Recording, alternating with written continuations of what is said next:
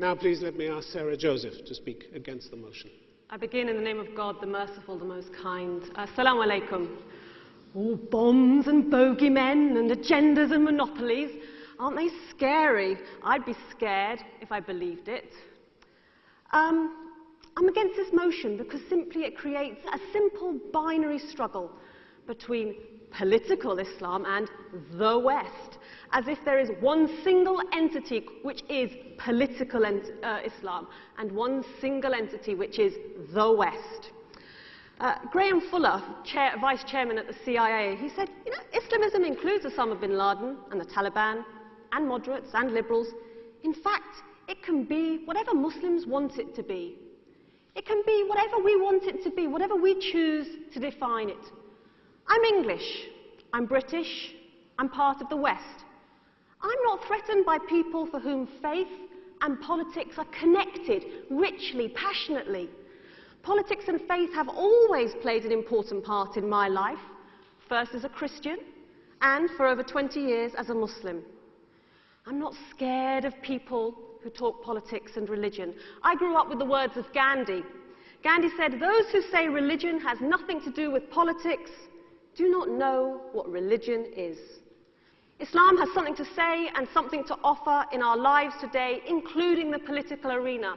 Why should we be excluded from it when we have Christian Democrats, when they're allowed and Christians are allowed to bring faith and their religion together? Why should we be excluded? Feeding the hungry is a religious exhortation, but it's also a political act.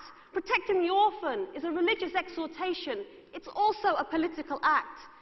Speaking for the oppressed is a religious injunction. It's a political act. Speaking to the oppressor, which is what so many of these Muslim groups are actually doing, is a political act. And they are perhaps sustained by their faith in speaking to so many. Reject this motion and instead embrace this opportunity which we have tonight, an opportunity we have to the global political discourse as Muslims, on those terms and generated by our faith, and let us be the change that we want to see in the world.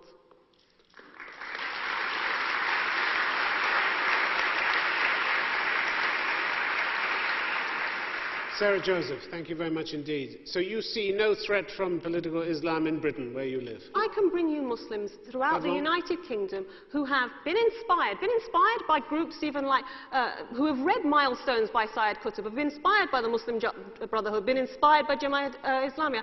They are senior civil servants today. They are engaged in some of the highest positions in the government, some of the highest positions in the media. Just because we have examples of an extreme group like Hizb ut-Tahrir, which is, as Shadi said, really not representative of what political Islam can and is across the world.